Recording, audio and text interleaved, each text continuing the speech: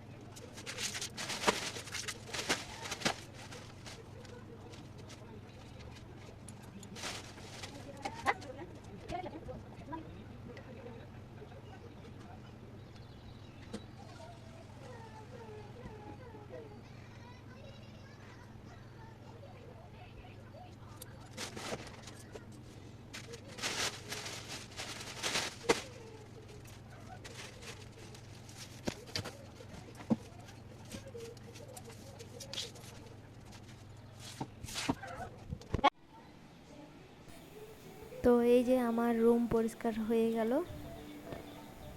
তো যাই হোক, যেমন পারলাম তেমনই পরিষ্কার করলাম, খুব একটা পরিষ্কার করতে পারিনি। তো যাই হোক, আপাতত পরিষ্কার হলো। এই যে দেখতে পাচ্ছ। আর এখন পুচু ঘুমিয়েছে, দেখছো ওর শোয়া, দেখছো? বাপরে কি আরামে না ঘুমোচ্ছে। আর এই যে একটু পরেই উঠে গেছে, উঠে দিয়ে বসে আছে দুম। এ বাবা, এ আবার কাঁদছে, ও বুঝতে পারছে না কাঁদবো না কি করবো। আয় আয় আয়। ঠিক আছে বন্ধুরা, আজকে আমার ভিডিও এই পর্যন্তই। সবাই ভালো থাকবে আর সাবধানে থাকবে। আবার পরে দেখা হবে। টাটা।